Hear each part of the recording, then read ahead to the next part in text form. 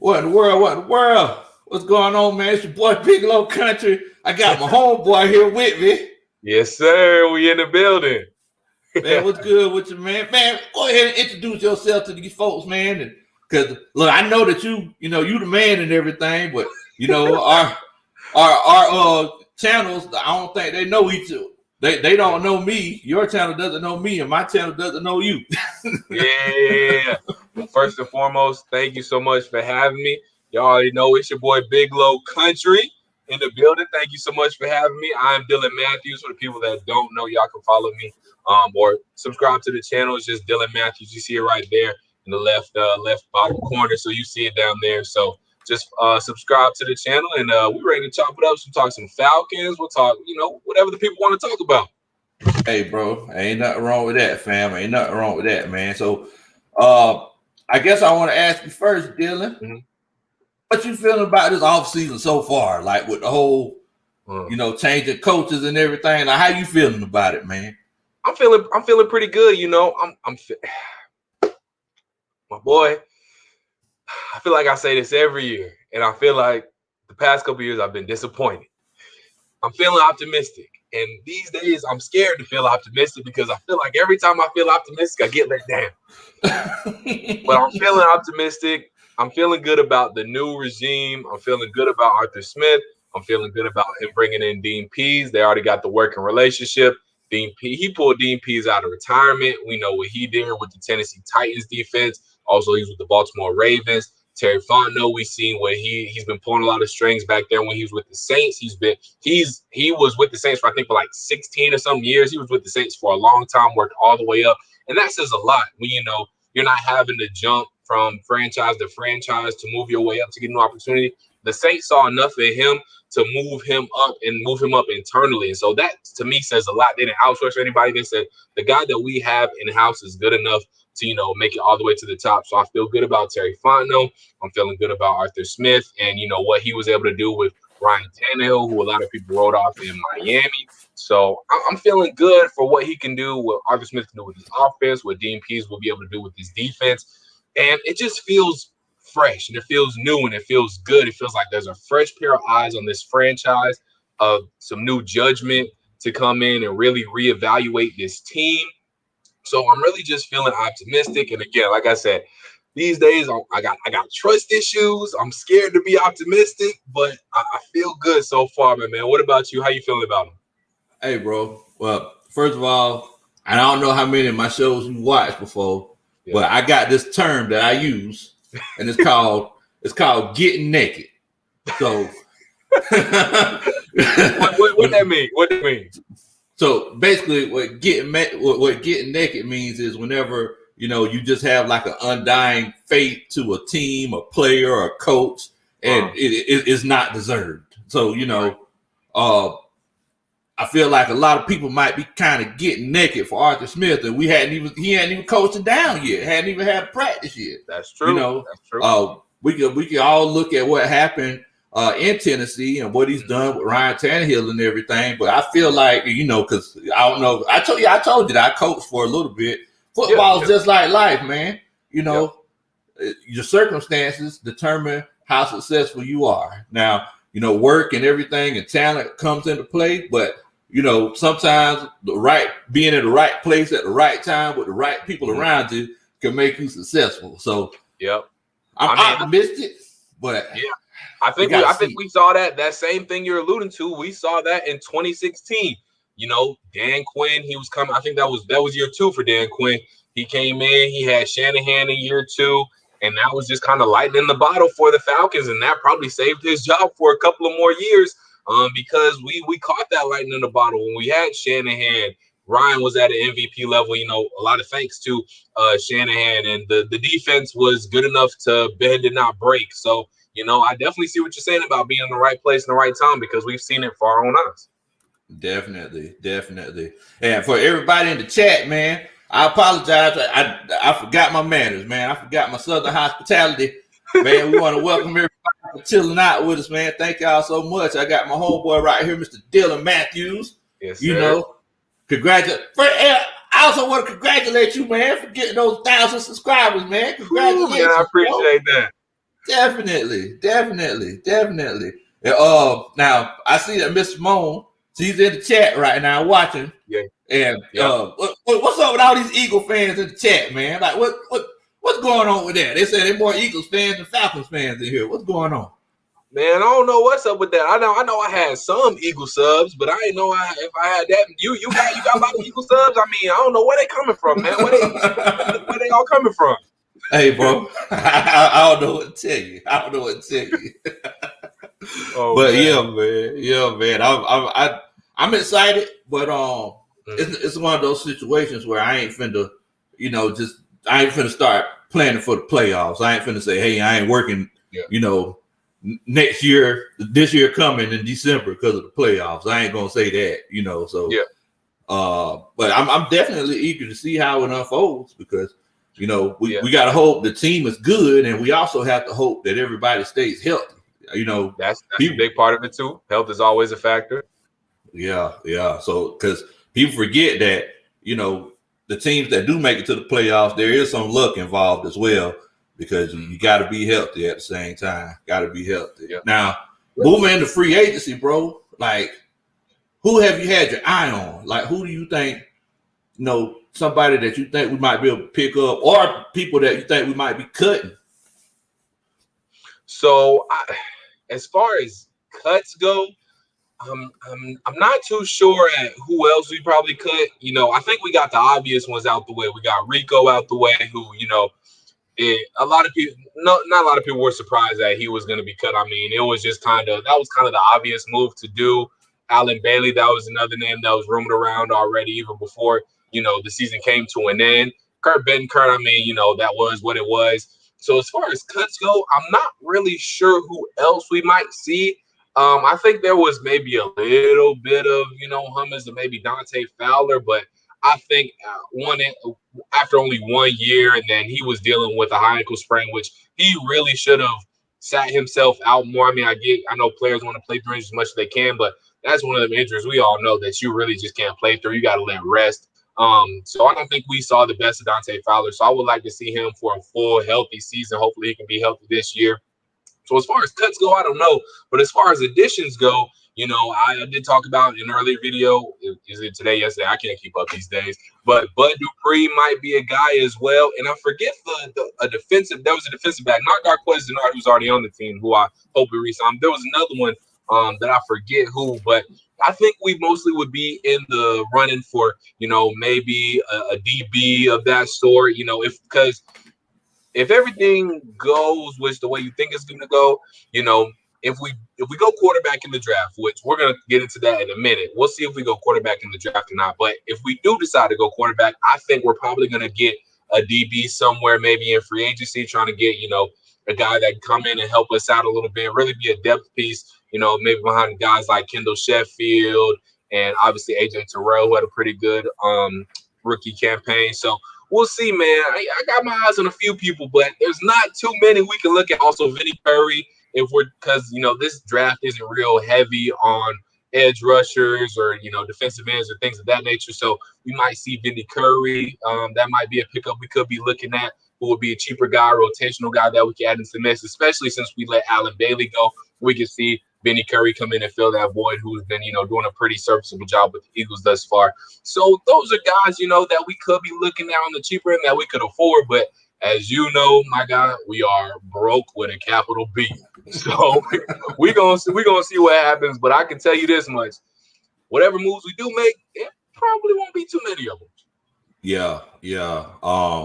On Friday night, I don't know if you had a chance to see it. I actually did a simulation for our cap. It, basically moves that Terry Fontenot could make in the off season. So we cut a few people.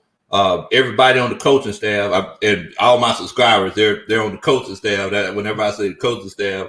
But everybody on the coaching staff, they were trying to cut everybody, man. I cut everybody. Wait, Dennis. Who was they trying to cut, man? Who was they cutting? Man, coach, they cut so they cut, they want to cut Sheffield. Sheffield? Yeah, they said cut Sheffield. They said don't sign Alex Mack back. Don't sign Gurley back. Yeah, I can see that.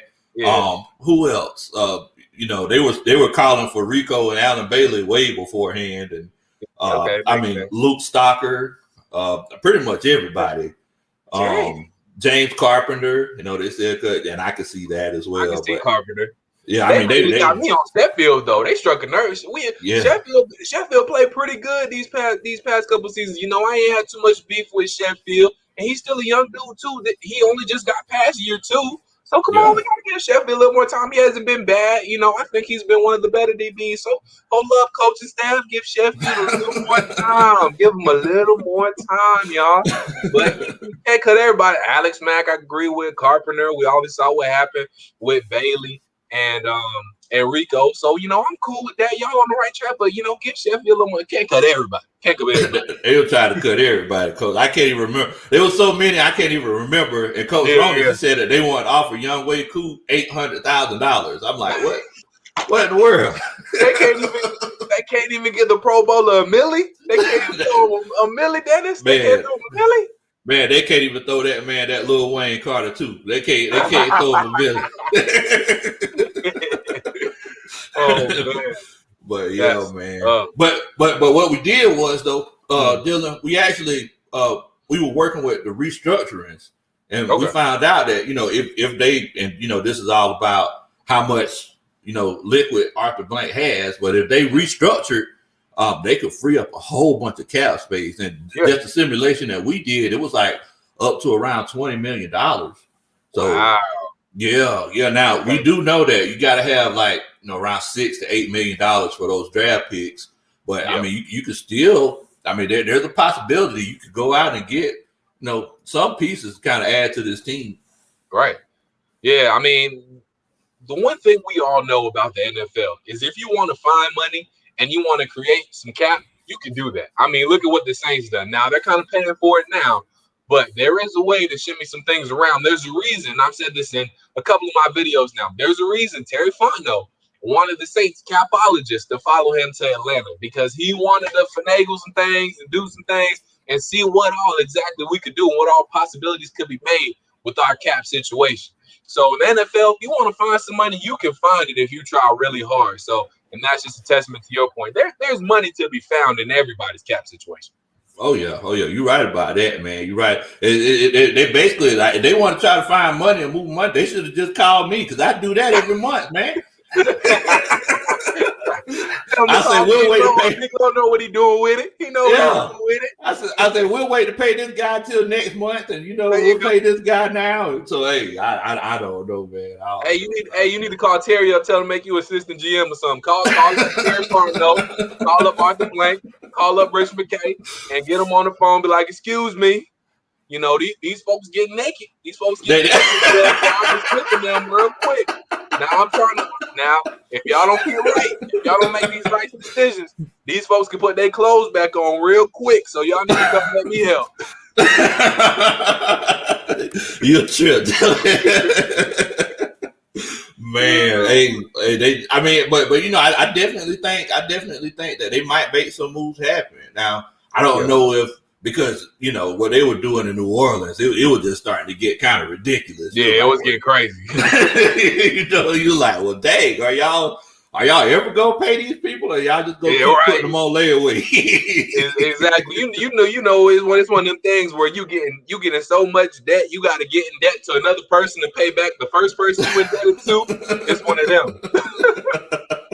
It's rough, man. It's rough. Yeah. It's rough. Now, I know that you said that you agree with Gurley, and I definitely agree with letting Gurley go too. Oh yeah. It was nice seeing him in a Falcons jersey, and wearing number 21 and everything. But I mean, it just wasn't working out, man. It just wasn't working out. So it's like moving forward, I think we need to draft somebody. Like, do you think we might need to go in that younger direction, or should we pick up somebody who, a veteran? No. I think the Falcons kind of learned their lesson with that one. They tried bringing in, everybody always is advocating for bringing the hometown dude, bring so and so home, let so and so play for the hometown team. Okay, well they did that. And y'all saw it. It started off great, and he scored like 9 touchdowns in the first half of the season, first 4 games, or however much it was. And then it kind of tailed off. But it wasn't all his fault. It wasn't all his fault. Part of it was that, Dirk Cutter, who I feel like almost anybody can call plays better than him, got away from it a little bit too much. But also to not put everything on Dirk Cutter, part of that reason why he maybe got away from it was because towards the end of the season, he couldn't use him as much. Maybe he was on a specific specific snap count. We don't know what was being said behind closed doors. Maybe Todd was going up to DQ, Raheem Morris, at whatever point in time, Dirk was like, hey, I can only give you however many snaps this week. I'm going to give you 15, 20 snaps this week. So if that's the case, Dirk has to pick and choose where he's going to use them at, and you can't get, a guy in the rhythm that way as well. So, I think part of it's on Dirk, part of it's on Todd Gurley's knees. It's really hard to tell, but I think it showed either way. When you got a running back who, is coming in with arthritic knees, I mean, let's just call it what it is. Yeah. It's not necessarily going to work out. And the Falcons, they weren't in a position where they had if you're going to bring in Todd Gurley like we did last year, you already need an established running back. You already need a guy, like Derrick Henry or, a guy like that who's already established as your number one back. And then you bring Todd Gurley in when you can, to work in the play action, throw some balls out of the backfield, to change the pace back. Kind of like, we had that element with Devontae Freeman and Tevin Coleman, something like that, something of that nature. Even though Tevin Coleman, he didn't have arthritic knees, but you get what I'm saying. something to that nature. And I think the whole thing with Todd Gurley, it was cool, and it seemed like it was great at first, but I think everything kind of came to a head, and we got what we expected a little bit towards the end of the season, where we wasn't seeing much of Todd Gurley, and Brian Hill ended up being starting running back. So I think we need to go draft with all that. We need to go draft somebody with all that being said. I'm not sure if Najee is going to be there. I don't see us trading up in the first round. I mean, it could happen, but Najee seems like he's going to be gone mid to late first round. Travis Etienne is probably going to be gone. So maybe we get the dude out of North Carolina. Maybe we explore Chuba Hubbard, somebody like that. But we definitely need to be drafting a running back, period. Yeah. And, you talking about Todd Gurley. I actually talked about this a little bit last week, Coach Dillon. It's one of those it's one of those cases, man, where it's like, hey, it sounds so bad saying arthritic knees, doesn't it? Like it sounds like it does. but it's one of those things where it's like everybody's saying, oh, well, Todd Gurley, he's just not as explosive as he used to be. Well, now wait a minute. Now he doesn't have, it's not a situation with his muscles. The quick twitches are still there. It just hurt. I was about to say he can still do it. It just gonna hurt him. And he can only do that maybe once or twice a game because after a while he gonna have to pop something. Exactly. So it's. I mean, you hate to see it, man. I really wish that it could have worked. He said he wants to come back, but I mean, if you try to change the culture and everything, bring it. And I know it sounds bad, but bringing the guy back with arthritic knees is just ain't the right direction to go in, unfortunately. Yeah, I can't see unless he's gonna be on another 1 year, $1 million deal, vet minimum type of deal. I'm sorry, Todd. I'm good on you. I'll holler at you. Look, I'll holler at you at the cookout, but I ain't trying to bring you back on the football team, big dog. I'm gonna have to pass on that one. Unless you coming in for the absolute vet minimum, 1 year, $1 million deal, something like that. I'm good. I'm gonna have to draft. I'm gonna have to draft somebody, and we're gonna have to keep it pushing. Yeah, we had to go get that young Thundercat. That's what we're gonna have to, get somebody. Exactly. We're gonna go get that young thumper. Devon Standiford, he said Coach Lowe got a fridge full of water in his office. I think he's talking about if I get that assistant GM job. Now I don't know if you know the story, Coach. Coach Dillon. What's the story? So basically, I say this every time I go live. So I say that what's in my cup is in my cup now. It might be water and it might be moonshine. But, it might be water, it might be moonshine. But if you see me smiling, that just means I'm happy to see you. So, I love it. Hey, but that's right, though. Hey, y'all don't worry about what's in Big Lowe's cup. Y'all don't worry about all that. Thanks, man. I appreciate it. Thank you. I'm good. I'm good over here. Hey, he good. As long as he on the camera, smiling, bringing everybody what they want to hear. The rest, That's it. the rest is up to him. You know, That's it. what he want to do is what he want to do. Whatever in that cup is what's in your cup. I agree. That's it. Hey, man, I want to let all the coaches know. Y'all make sure y'all do a country boy a favor and subscribe to my homeboy Dylan Matthews on YouTube.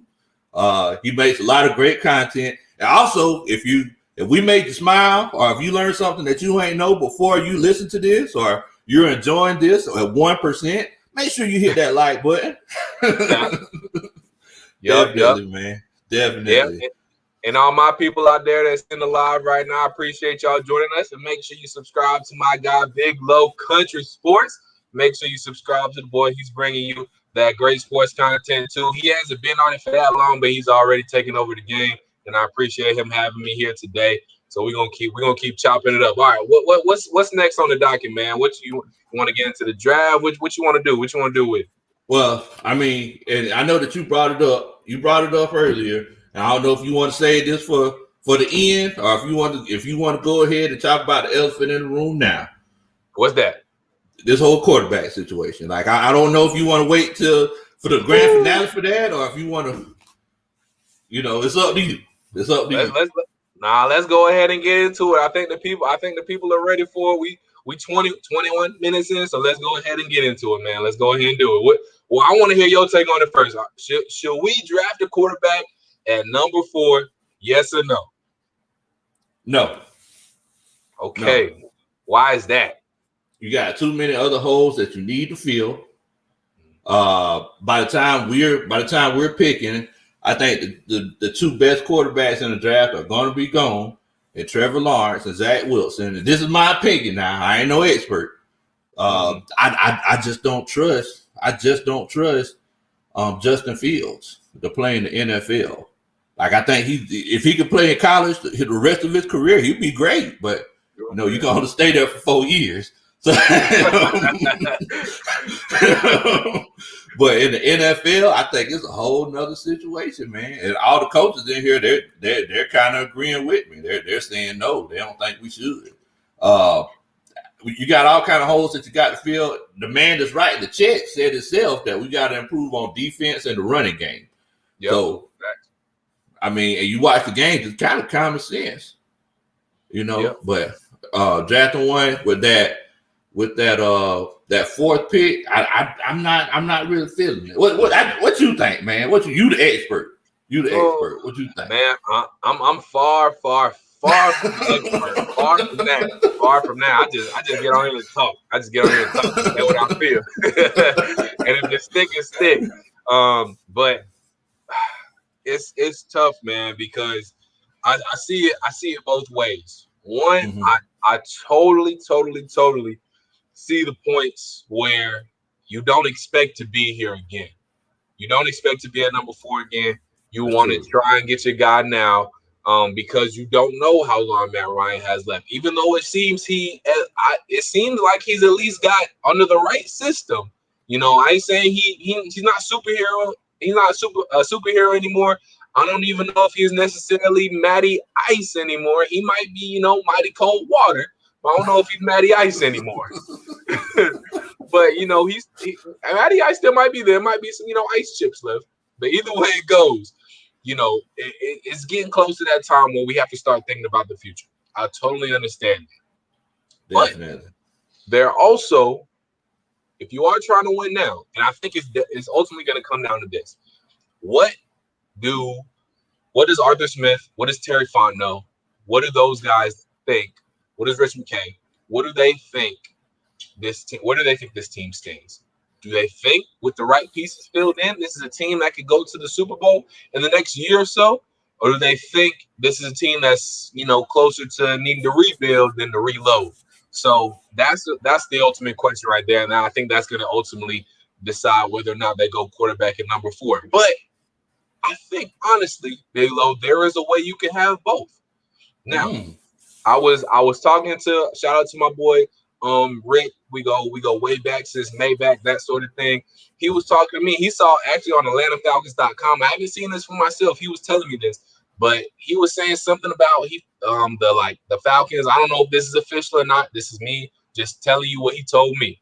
So don't come at me crazy when I tell y'all this. Okay. All But right. I got you. he was telling me that on the Falcons website, apparently, there may be some rumblings, or whatever offer or something like that about the Denver Broncos trading up to get the Falcons pick at number 4 in exchange for obviously their number 9 overall pick this year, another second round pick this year, and maybe their first, second, or fourth round picks next year. Now, if that's the case, again, I don't know if that's true. I don't know if it's a rumor. I don't know if it's a report. I don't know what it is. I don't know how far or close to the truth it is.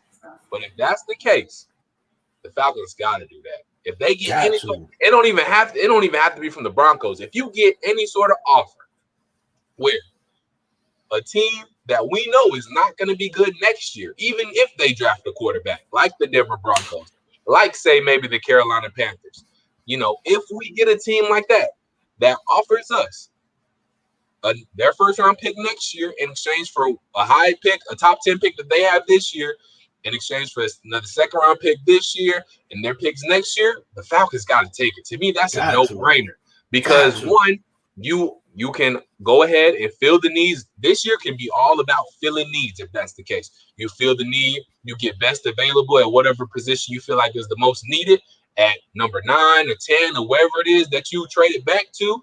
You use a 2 second-round picks to draft a running back and another need, whether it's another cornerback, whether you find an edge rusher, defensive end in the second round, something like that. You just filled all the needs you need this season. Then next season, depending on how Matt Ryan's performance is, if you get another high first-round pick because that team is not going to be good, maybe you go quarterback then if the class, presents itself to where there's a good quarterback in your range, or maybe you just draft a quarterback in that second round, something like that. But if that's the case, you can have your cake and eat it too, Big Low. And we all love that scenario because that don't have to happen too often. So you got to do that. You can't beat that, Bo. You can't beat that. I love, just like 50 Cent. I love it, like a fat kid love cake. But I will say real quick, if that doesn't happen and we're stuck with number 4 and we have to make a decision about what we're going to do at number 4 now, to me, you got to go quarterback. To me, you got to go quarterback because the best scenarios that I've seen at quarterback is when the dude can come in and wait. He can come in and sit. Unless it's that dude that is going to be ready right away, like a kind of like a Kyler Murray. I mean, the jury still may be out on him a little bit, but, dudes like that. Yeah. Because Aaron Rodgers sat behind Brett Favre. Patrick Mahomes even sat behind Alex Smith for a majority of his first season.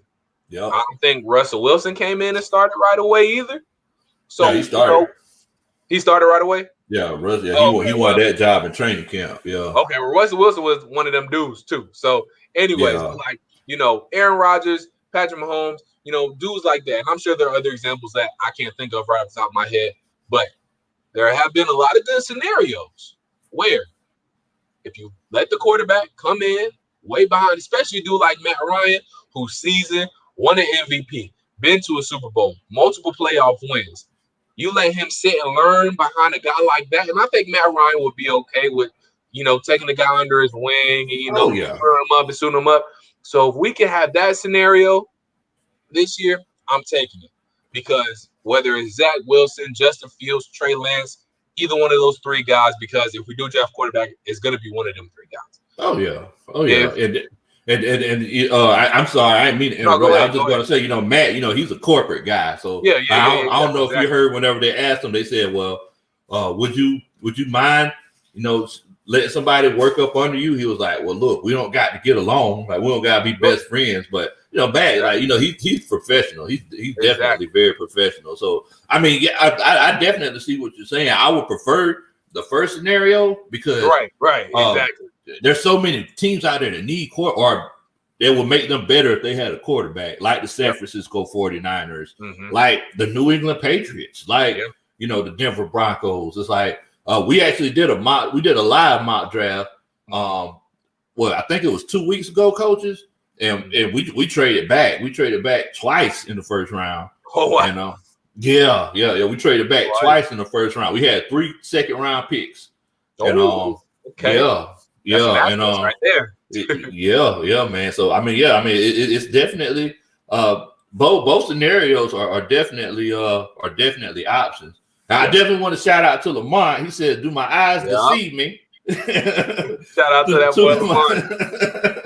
2 of his favorite Atlanta YouTubers together. Yeah, I had to chop it up my homeboy Dylan one time. Yes, man. sir. Yes, sir. Had to make it happen.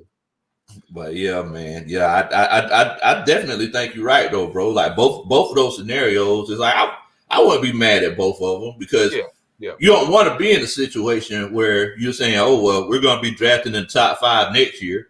You know, I don't want to be in that situation. I don't want to do another top 4 draft pick type of season because, man, this was one of the toughest seasons ever, dog. Because, like, by like week, I don't even remember what week it was, but you know, I just remember like coming up to the weeks where we were officially out of it, just like clinging on the hope of like, if we just win out, that's draining. Then finally, once you get to that point, and we were like, I think it was probably like week 12, or I don't remember exactly what week it was, but when we were officially out of it, and it's just like, well, dang, like whatever happens now, I mean, we might as well lose. And being a sports fan, I never, ever have wanted to say we might as well lose to any of my teams. Like I hated having that feeling in my heart this season about the Falcons, but I can't lie, I did. I said, well, we might as well just get the draft pick. Like, if this is what it's gonna be, and I hate feeling that way because I always want to play to win. Like that's just how I feel. That's any type of competitive when I'm doing anything, I want to win. I want the same to be for my teams. I want my teams to win. Exactly. But I had that feeling this season, and that's not a good feeling. So yeah, I don't want to sit through and win another one of them seasons. Definitely, man. Yeah, it was tough. It was tough, man. It was tough. The whole season, it was one of those cases where you hate going down that home stretch and thinking, oh well, if we just do this, and if we just do this, and if we just do this, and the first coach that I coached with, he taught me one of my favorite sayings, and basically that saying is, if we're fifth, we'd all be drunk. So let's just go ahead and take care of it now. Hey man, one thing, and it has not disappointed. One thing I was looking forward to the most about coming on this live with you is hearing all them good sayings, man. I done heard some good ones so far. I done learned about getting naked. I done learned about if we're fifth, we'd all be drunk. I done learned about all this stuff. Man, I knew I was going to hear some of them good phrases. And woo, you have not disappointed, my guy. Well, I appreciate it, man. And I know we're probably going to get together in the future, right? Definitely, man. Definitely, yes, definitely. But, yeah, man, I can see both those scenarios working. And, we trade back with the Broncos. Like, me personally, I want to trade back because the farther you trade back, the more desperate teams get. So if I trade back with the New England Patriots, who are at 15 instead of 9, they might give me a little bit more, Exactly. But look, the 9th pick, you still get a chance at a little bit better talent. But, in the draft, it's one of those things because it's like I've been saying all season long, as everybody's been getting naked for Justin Fields. I've been saying all season long, like, how often does a top 5 quarterback, someone drafting that top 5, how often do they actually be successful? Right. If we look back at history, like besides your Peyton Mannings and guys like that, you got guys like Patrick Mahomes, who was drafted 9th or 10th. You got guys like we already know Tom Brady. We know what he's done, but very seldomly. I mean, I remember when Andrew Luck and RG3 came into the draft, and everybody was like, "Oh, they're going to change the league forever." Like one's a backup, one ain't even playing no more. Exactly. And then RG3 just get waived by the Ravens or something like that. So they both looking for Andrew Luck not looking for a job, but RG3 looking for a job. And then now look at Jameis and Marcus Mariota both fighting for backup positions, trying to get back starters. So I mean, like you said, it doesn't always work out. top picks don't always work out, and that actually leads me into this. So if we don't go quarterback, even if we stay, whether it's we stay at number 4 or trade back or whatever, if we don't go quarterback, who do you think we should target non-quarterback related in the draft with our first pick, whether it's our first round pick, whether it's at 4, we trade back to 9, or what have you? Who should we target? Oh man, that's actually a good question. That I know that everybody they're going crazy over Sewell or Sewell. And we know that if someone trades up to that 4th pick, they're probably not taking them. They're going to want to take a quarterback. Right. So he might fall to like 5 or 6 because I know the Bengals got 5. So the Bengals will probably take him.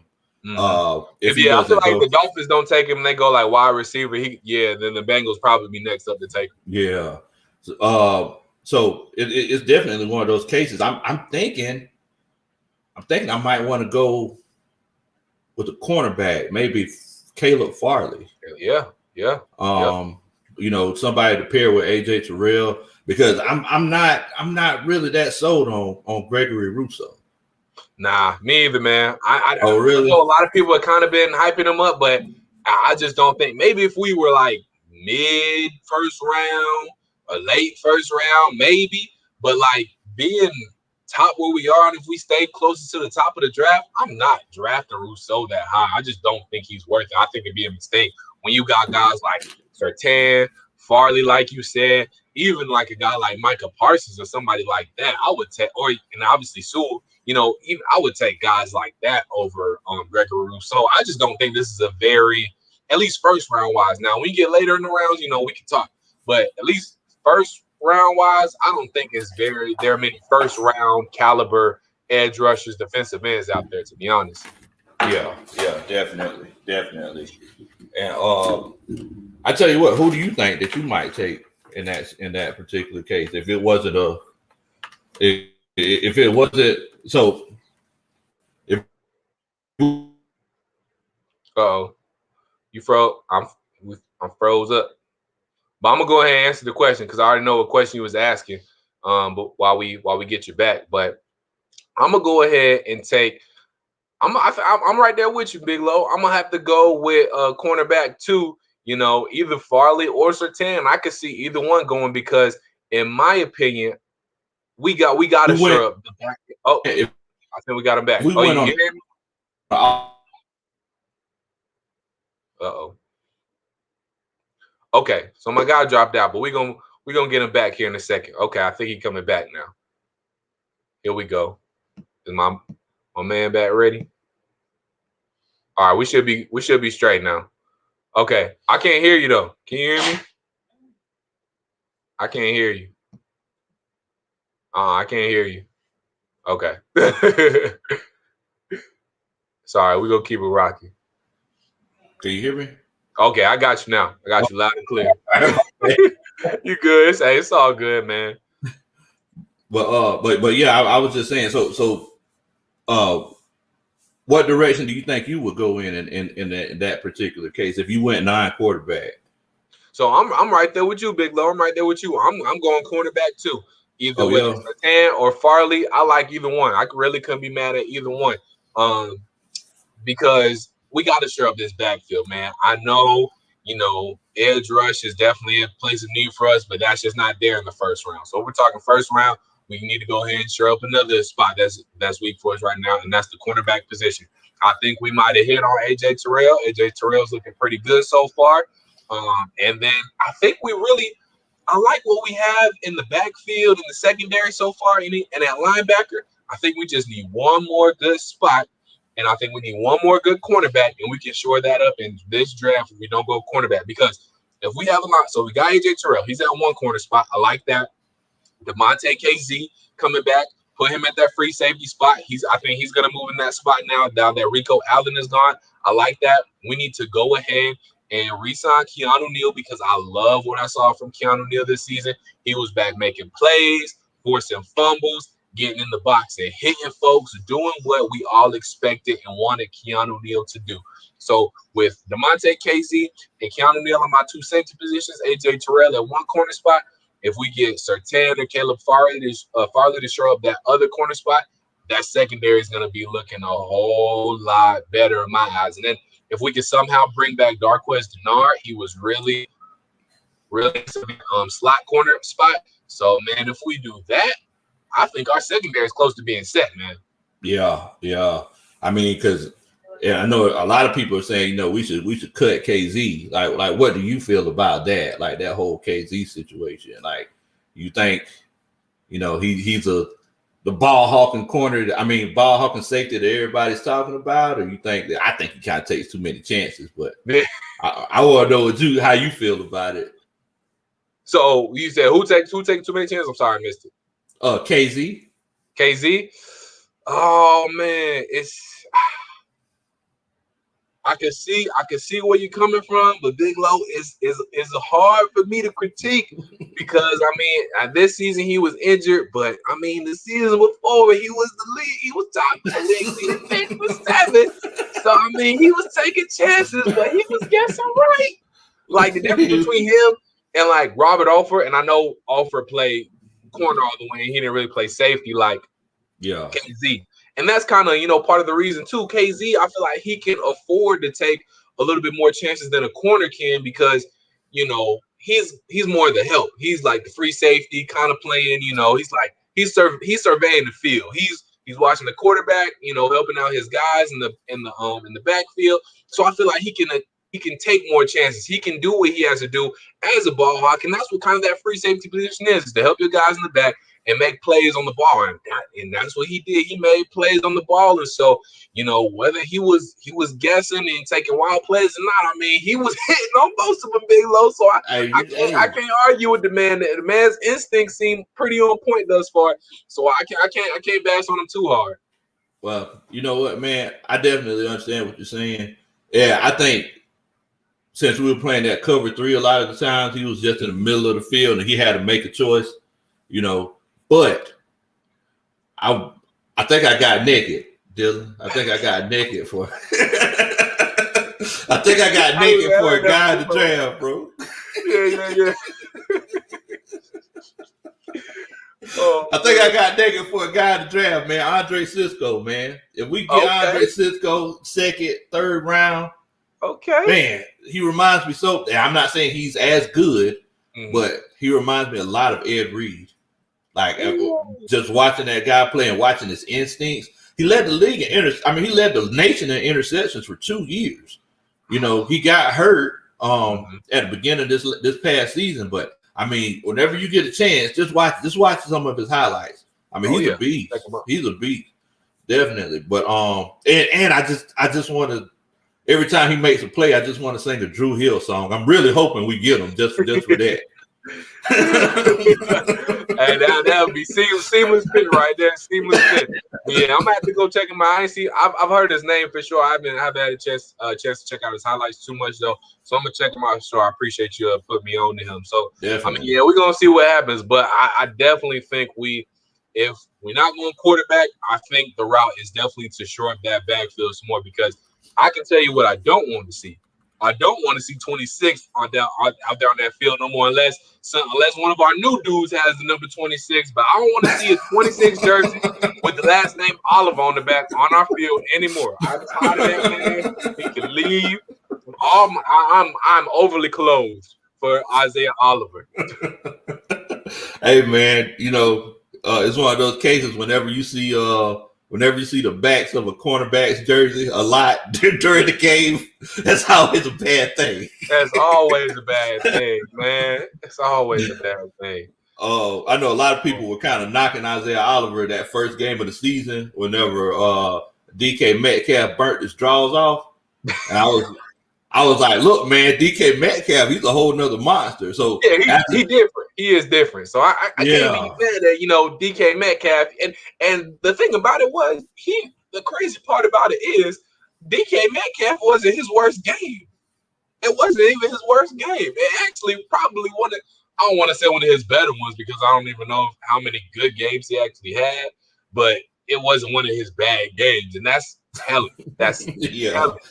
That's true. That's true. Whew, man. Now you were talking about the back half of that defense, and a lot of people they've been talking about Grady Jarrett, last year he wasn't as productive as he normally is, and so far since his offseason started, and I've been saying we need to draft like a big defensive tackle, one of those big boys with a hot dog on the back of his neck.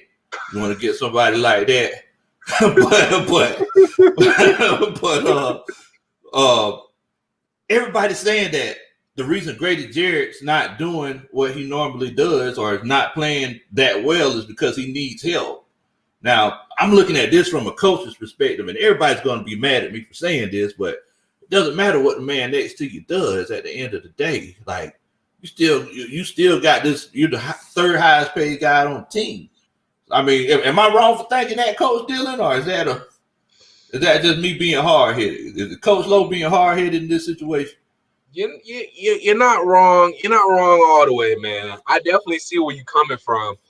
But on the other side of it, too, like, I can see where the people are coming from. I can see where the other coaches are coming from, Big Low. So my thing about it is that people are woke on Grady Jarrett now. The Super Bowl 51 was his coming out party. The alarm clock went off on Grady Jarrett. People was no longer asleep on Grady Jarrett. And if they were still asleep from the Super Bowl, they woke up that next year. Because I think that next year was the first time he was a Pro Bowler. Am I right? Now, yeah. Mm-hmm. So people woke up on him then. At that point, that's when he really needed some help. Because ever since then, with nobody else really next to him, like I said, Fowler dealt with injuries. We all know what Vic Beasley didn't do. So with all that being said, there hasn't really been any guy up there. And I mean, Tack, we didn't really see it either. We saw it the first play of the season. That was about it this past year. With that being said, Grady Jarrett hasn't had that much help. And when you're good and you don't have anybody next to you, people are it makes it easy because people that can just dial in on you. People are just able to dial in on Grady Jarrett. Like Dante Fowler Jr., the reason he was able, it's what it seems like it now, but it obviously was a part of it. The reason he led the Rams in sacks that year before he came to Atlanta is because Aaron Donald had to take a lot of that attention, and so Dante Fowler was able to eat. So, and he ate. And so that's what you're supposed to do. But obviously he didn't do that this season, the injuries and stuff like that. So Grady Jarrett, I don't think he has that other guy that knows how to eat next to him. And so he kind of starved over there while Grady Jarrett is getting that big load put on him. So, I feel like he was the defensive lineman making most of the plays that were made anyway. It was either him or Debo, or Foyer, or Keanu Neal. I feel like those are the guys' names as far as the front half of the defense. I feel like we were hearing those names the most. So I feel like he still, put in his work, earned his money. But I don't think he was outstanding this year because I don't think there's anybody next to him that's really helping him out. Yeah. And I can definitely see that, I talk a lot of trash, but I ain't hard-headed, so I definitely see that, Coach. I can open my mind to that one. But I definitely see what you're saying, man. I definitely see what you're saying. Now,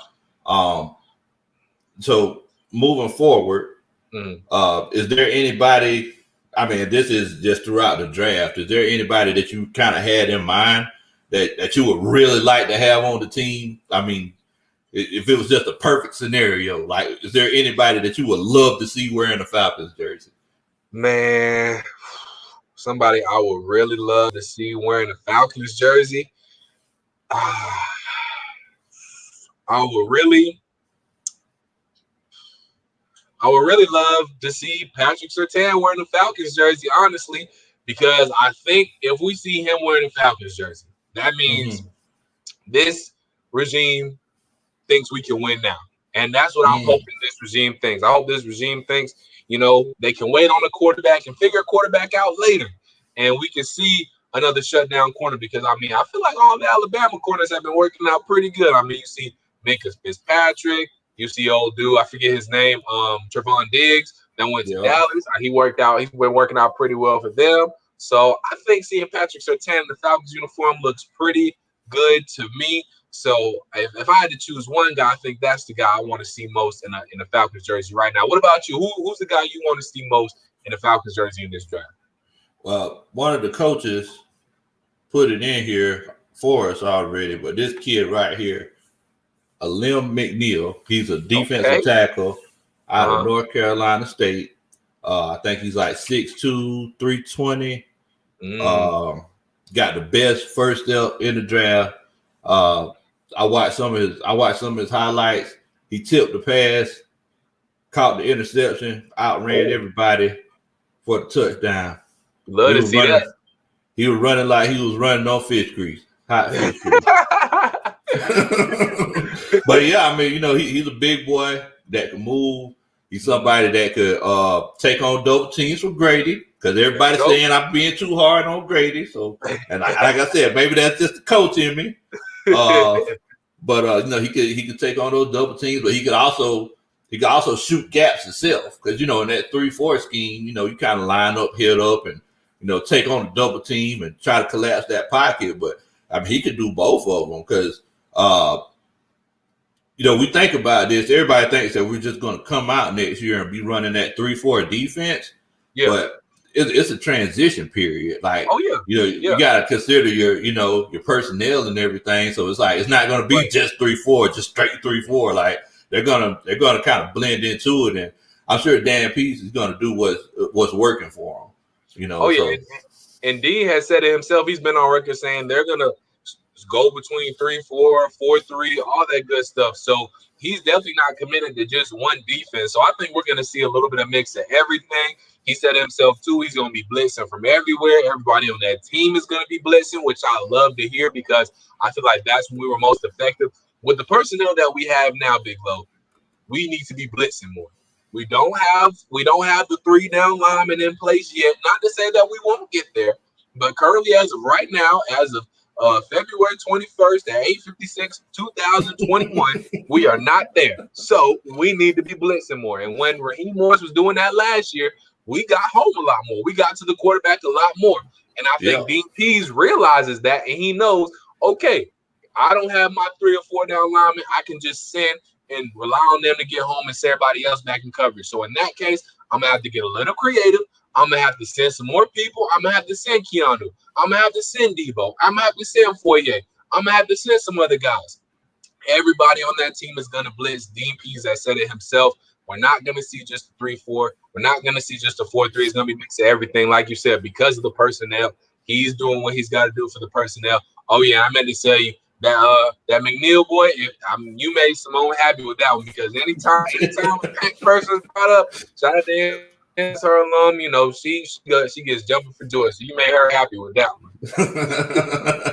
The shouts out to Miss Simone. I don't know why I'm saying. I'm thinking, because I've been fussing about Dan Quinn so much, I called Dean Pease Dan Pease. I don't know why I did that earlier. Oh, I knew what you meant. Sorry, it's all good. We knew what you meant. We knew what you meant. It's all good. Man. But yeah, you're definitely right though, man. You bring that pressure from all over the place, and because that Dallas game last year when we really started blitzing, Foye Oluokun was looking like an all-world linebacker. I mean, it's exactly. That's what you need, man. That's what you need. Mm-hmm. So, I'm definitely excited. And Brandon Levy said that McNeil is a dancing bear. So.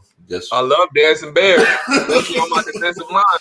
I love dancing bears on my defensive line. Bring McNeil here. My pick. Go ahead. I want to see the now. Y'all got me set on him. I'm gonna be watching out for him now. I gotta see him, baby. I want to ask you this. I want to switch over to the offensive side of the ball real quick and talk about something that kind of has gone away a little bit. I want to bring it to light a little bit more. Do you see any type of way? Just to go ahead and say it right here, I don't think this is personally going to happen. But is there any way you see us moving on from Julio Jones via trade? Talk about this season? This season. No. That's not going to happen. I mean, just imagine. It's like you're a new coach coming into a new team. and you got all these new players. Like why? Like if you got a Ferrari in the driveway, why would you sell it? Exactly. Why would you switch out a dime for a penny? Exactly. So I don't think that's the case. I think Julio just kind of seen the writing on the wall last year, and he just shut it down. And as well he should have. I was so happy when I didn't see Julio out there for them last 3-4 games. I said, thank goodness Julio got some sense. Julio either saved him from himself. He either talked to his mama, talked to his daddy, talked to somebody. Somebody pulled Julio to the side and said, Julio, ain't no way you should be playing. This team ain't going nowhere. This team ain't doing nothing for you. Do not go out there ever again. We will see you in 2021. In 2021. I was so happy when I didn't see Julio out there. There's no reason for Julio to be out there and hurt himself even further. Man, I remember one of those games. I seen Julio give Dan Quinn the look, like on the sideline one time. Yeah. I seen him he gave Raheem Morris the same look. The next week, Julio wasn't playing. I was like, okay, well. At least Raheem got the picture. At least Raheem got the picture. Yeah, definitely. Now, as far as that offensive side of the ball, though, man, it's like, what improvements do you think we need to make to get that offensive side of the ball better? Mostly, I think we really just need a running back. I think we need an explosive type running back. Obviously, hopefully Hennessy is gonna be the answer at center, because I don't see, whether it's because he retires or just because we're not bringing him back, I do not see Alex Mack on this football team again. It just doesn't seem like a smart move financial wise, or really even him playing wise. So hopefully Hennessy will get the job done. I will also, I wouldn't, like I said, going back to the draft, I wouldn't be mad if we drafted Penei Sewell too. If he's there at number 4 and we stick in number 4, Dolphins don't pick him and pick a wide receiver or something, I wouldn't be mad if we stick around and draft Penei Sewell, because if you draft Penei Sewell, that gives you kind of a revamped offensive line. I think that offensive line can really be one of the better offensive line this season if you draft a guy like Penei Sewell, because think about this. You move Penei Sewell over to left tackle, make him your left tackle. You move Jake over to right tackle. That you keep Chris Lindstrom at guard. Move Caleb McGarry to one of those guard positions as well. There you go. I think you're all set, because we see Caleb McGarry. He's okay, on the tackle. But if we know he's at least, we at least know he can survive at the offensive tackle position. Yeah. So if he can survive the offensive tackle, then he probably can be a pretty good guard, especially since he's still young in his career. He probably can make a pretty easy transition over to guard, because most people say, if you can play tackle, you probably can play guard pretty well. So, and then we already know Chris Lindstrom is a good guard. So you have Penei Sewell at left tackle. Probably move, I guess you will move McGarry over to left guard, and then Hennessy at center, keep Lindstrom where he is at right guard, and then make Jake Matthews your right tackle. That might be a pretty good offensive line. Great setup for a dude coming in the second round of the draft, or wherever you draft a running back. Let them work. I think this offensive line might be straight. You give Matt Ryan a play action game back, and then think about this too, Big Low. I've said this before too. The last time the Atlanta Falcons had a 1,000-yard rusher, they win the Super Bowl. Yep. They win the Super Bowl. You give Matt Ryan a 1,000-yard rusher back, the same might be true this season. Might be true this season. Every time Matt Ryan has had a running game, he's produced. He's produced. Even when he didn't have a defense. Mm-hmm. I mean, we saw it at 16. You had so many. Debo was a rookie. Keanu Neal was a rookie. I mean, Robert Alford was straight. You also, had Rico. That was a bend don't break. We had Jalen Collins. He's not even on the team no more. And he was playing. Yeah, Jalen Collins. So you give him a okay defense and a running game. Matt Ryan can possibly get back to MVP form. He still might have that in him. So he might. You get that. You get him a running game, a reestablished offensive line. We might be cooking with something. Might be. Because everybody kind of knocked me. Because you were actually one of the first people that said this, Dylan, moving Caleb McGarry to that other guard spot. Oh yeah, like that's a good move. If you watch him play, like he got feet like big low Kuntry, like he can't just move them fast enough. Like he can go forward, but when it comes to stepping back and throwing on hands, right. Like every time he goes up against speed guys, like he gets burned. So it's like put him in the best situation to be successful. And if he just going forward as a guard, you good to go. Good to go. I think he would be a great guard to be completely honest, because he has that mentality. Yeah, he nasty enough. He got that dog in him. He got that dog in him. Like you said, them feet just not quite fleet yet. He don't get no foot. Feet not quite fleet. So so it's all right. But yeah, he got that dog in him. I don't think it's a question of this offensive line being nasty enough. I think we got a pretty nasty offensive line for what we need. I just don't, like you said, he ain't got the feet for it. His feet not cut out for that type of position. Then you got old Hennessy. If you can hit him with the Henny for the center, you good to go, man. You good to go. Sir. Now, and then it's like you talk about like those skill positions. I think Hayden Hurst is one of the biggest secrets in the league. Yes. And I was so mad. I'm so glad you brought that up. We did not use him nearly enough as we should have last year. There was spots where we used him, but like it would just be so mind-boggling to me. And this is where Dirk Cutter really just threw me off. You saw what he did behind Mark Andrews. You saw it behind him, who was Jackson's favorite target. And Hayden Hurst still, he was somewhat productive behind him. He comes in to be the number one tight end. He was a former first-round pick. And, you got him for pretty much pennies on the dollar, and you're not using him. Why? It just doesn't make sense. He's got the speed. He's got the athleticism. He can do what you need to do in tight end. And we all know Matt Ryan is that much better when he has a good tight end. Those last couple years with Austin Hooper, obviously those years with Tony G. Matt Ryan just thrives that much more when he has a reliable tight end to go to. So why in the heck are we not using the tight end more? He would have a great game. I'll be like, there's Hayden Hurst. Yes, let's get the ball to Hayden Hurst more. He's doing everything we want him to do.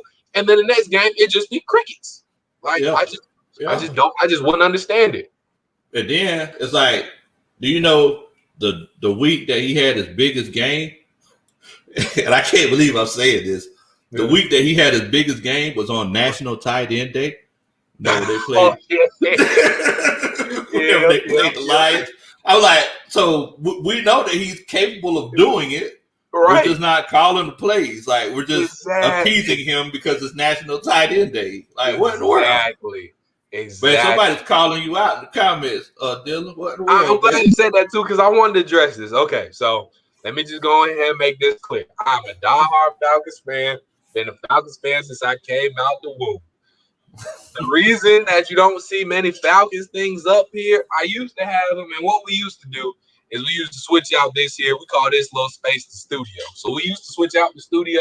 I used to put some Falcon stuff, some Hawk stuff, because I'm for all my Atlanta teams. But then we got lazy, so I don't swap out the stuff no more. I don't do that. But I got my Falcons hoodie on. I promise I'm a Falcons fan. I got some Falcons stuff in some drawers that I could pull out for you. But we just don't put it up. We just leave it like this. And I know you see the Eagles back there. Simone's an Eagles fan. As a gentleman, I let her leave her studio the way she wants it. So it's okay. So, but yes, I promise I am a Falcons fan. Man, that's crazy, man. That's crazy. So let me ask you this, but before we, because I don't want to take up too much of your time. Oh, no, you good. Yeah. So last year with the coaching, I personally think that had a huge effect, and kind of taking this whole Hayden Hurst situation into account. I think that had a huge effect on the way that the team was able to perform. Like sometimes I don't know if Steve Sarkisian left a bottle of booze in the up top and Dirk Cutter was drinking during the game or what. You a fool for that one, bro. You a fool for that one, dog. That is you a fool for that one, bro. Did I reach too much, Dylan? Did I reach too much on that one? No. It sounds about right. It sounds about right. Oh man. But nah. The John Chuck Reed, shout out to him over at 92 on the game. I'll be producing his shows, and he said it best himself. Dan Quinn, not so much Raheem Morris, but Raheem Morris too. Neither one of those guys really gave us an advantage on Sunday, especially Dan Quinn. We see multiple times where we're leaving. It's towards the end of the game, or even towards the end of the half, and we're going into halftime. We're at the end of the game, scratching our heads, Big Low. We're like, what the heck was Dan Quinn doing? What the heck was he thinking? Why did he manage the clock the way he managed the clock? Why did he use the timeouts the way he's used the timeouts? He didn't give us an advantage on Sundays. Yes, Brandon, he was a disadvantage on Sunday. He was a huge disadvantage on Sunday. And not only that, not only was he a disadvantage on Sundays, he did the players a disservice throughout the whole entire week. I believe this. Dan Quinn, great guy, great dude. Yeah. Wish him all the best. Maybe he can be a good defensive coordinator, but the man was too nice to be a football coach. The man was too nice. He did not put his foot on the players' necks like he needed to in times. I remember when we would just get blown out. We could get obliterated. Dan Quinn would be like, it's about the brotherhood, and we're going to come back, and we didn't do this, we didn't do that. And he was just saying, like, the nicest person, like, oh, yeah, we just didn't do this, and we didn't do that, and, brotherhood, and we're going to come back, and we're gonna hit it hard this week, and we're going to, fire off on all cylinders this week, and blah, blah, blah, blah, blah, blah, blah, blah, blah. I'll be like, Dan, I need you to sound pissed off right now, because I'm pissed off, and I want you to sound pissed off. I never heard Dan Quinn sound pissed off. The whole time he was the Atlanta Falcons coach, I never heard him sound pissed off ever. And that was fired up. That was his turn. Never fired up, always even keel. And I get it. There's some spots where you should never get too high, never get too low. I understand all of that. But there's some points where I need to see that fire in you. And I never saw that fire in Dan Quinn. I never saw it where like, oh, I bet he's getting in their butt this week. I bet he's getting in their butt on these practices. I bet he making them run all the gases. I bet he got them doing extra hitting drills. No, I don't think so. I think Dan Quinn just held the hands of the players all through his tenure. He got lucky with Shanahan that one season. I think, honestly, that was more Shanahan than Dan Quinn. Dan Quinn just kind of rolled the coattails. And he was like, all right, Shanahan, do what you do. I'm going to make sure the defense don't F it up too much, and we're going to roll that way. But, I just don't think I think Dan Quinn was too nice. He didn't put his foot on the players' necks when he needed to. He didn't hold the players accountable the way that he needed to. Raheem did a little bit more of that. I know I kind of saw it a little bit more, Raheem, and we saw it translate a little bit too. And I don't think Raheem was just right for this job. I think I think he's probably a better coach than Dan Quinn. I don't think the personnel was necessarily there for, Raheem to succeed all the way either. But at the end of the day, I just wanted a fresh pair of eyes on the Falcons. And like you said, to answer your question, yes, the coaching was a big part of this. Dirk Cutter, oh my God. Well, I mean, we said so. I mean, don't forget now. One thing we got to remember, though, Dylan, is that Dirk Cutter did take us to the NFC Championship. He was the offensive coordinator in 2012 now. We can't forget that now. But I think the issue with Dirk Cutter is that he never evolved with the times. Like in 2012, like those play calls that he made, like they would work. You know, eight years later, it's almost like, he's walking around Costco on Wednesday nights because he don't got to make no plans because he's like, oh, this worked in 2012. Like, you know what I'm saying? Yes. He's one of them stuck in his ways, get off my lawn type of people. Like he probably dusted off his Falcons 2012 playbook and said,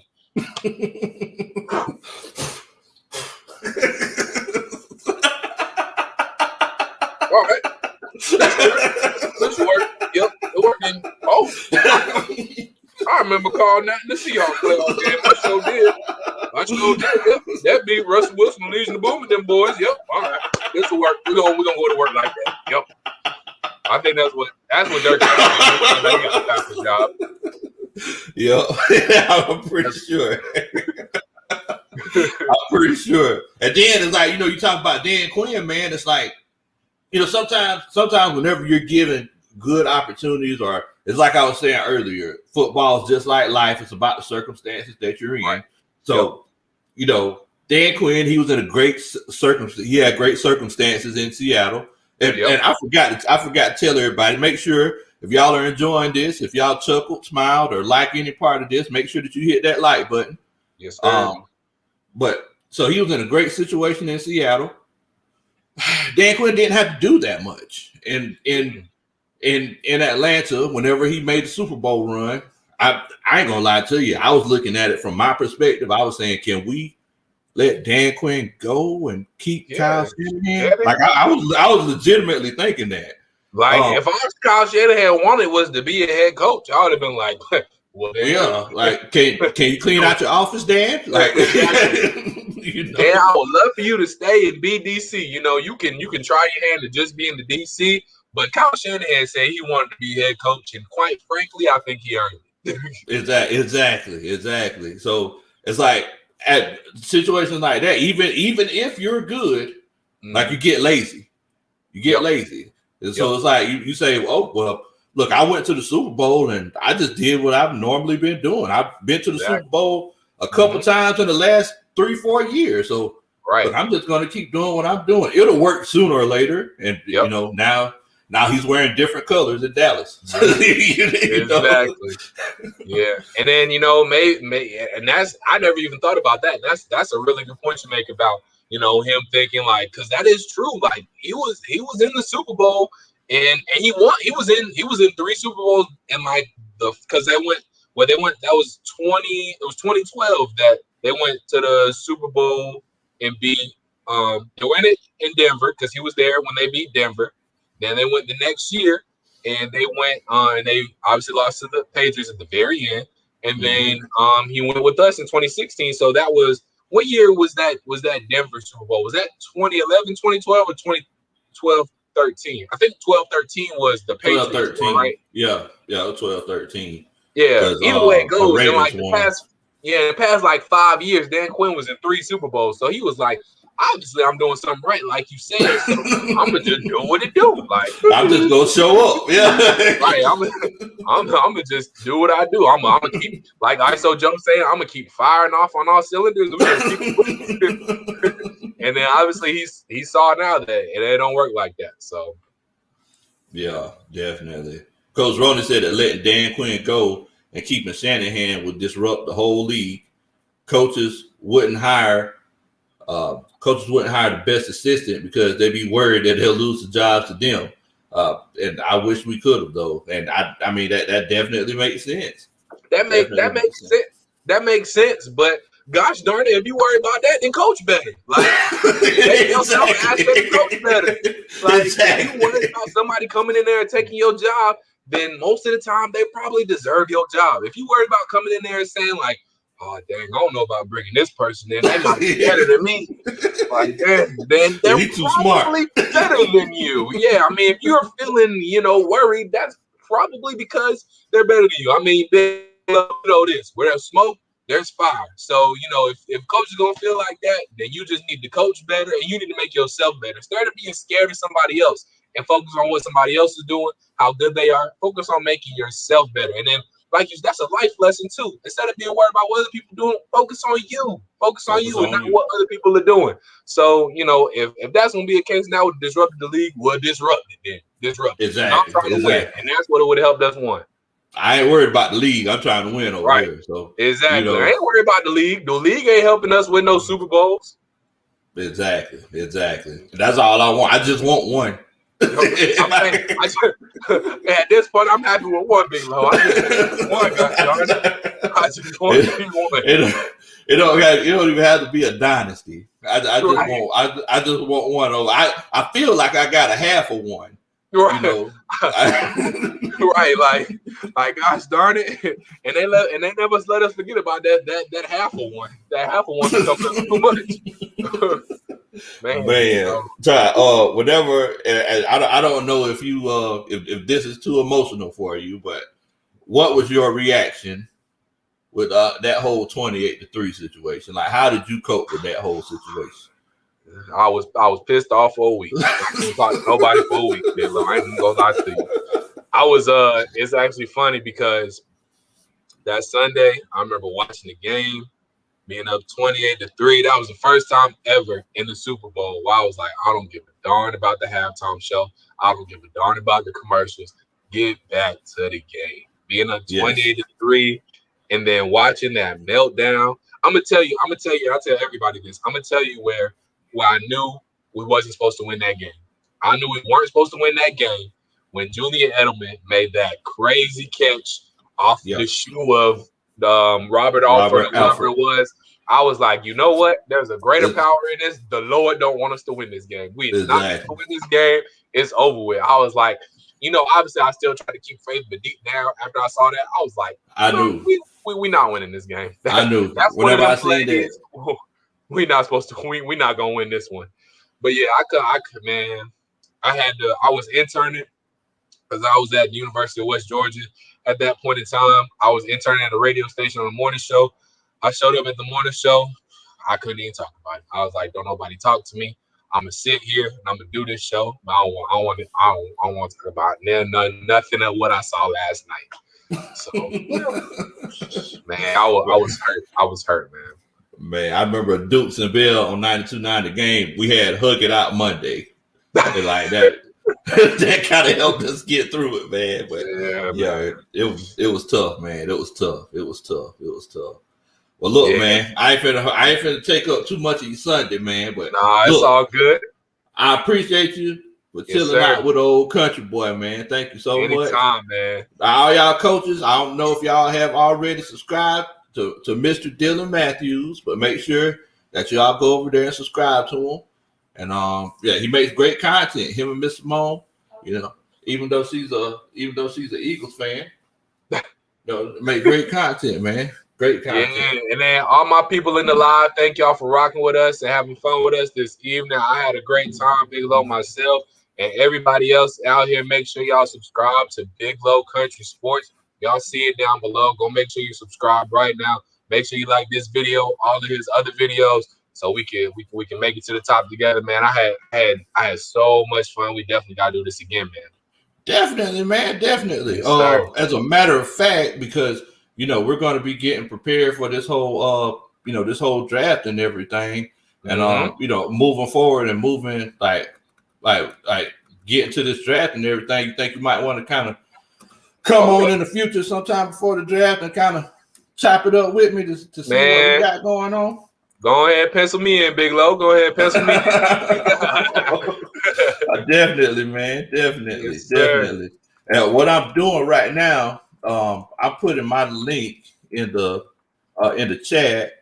So if y'all aren't subscribed to me, make sure that y'all do Country Boy a favor. My name is Big Low Country. I'm sorry, y'all. I'm from the country, so it's spelled Kuntry. I didn't realize I was spelling it wrong until I got to college, Dylan. I was like, man, what in the world? I've been lied to all my life. But man, definitely, man. And it seems like everybody in the comments saying that it was a great collaboration, man. Yeah, the people like it, so we got it. It's only right that us as entertainers that we get what they want. You got and the people want Big Low Country, and the people want Dylan Matthews together. So we're gonna have to make it happen again, man. It's only right. Definitely, man. Well, look, man, we appreciate everybody for chilling out with us. And rise up, A-time down. You already know what time it is, man. Yes, sir. Yes, sir.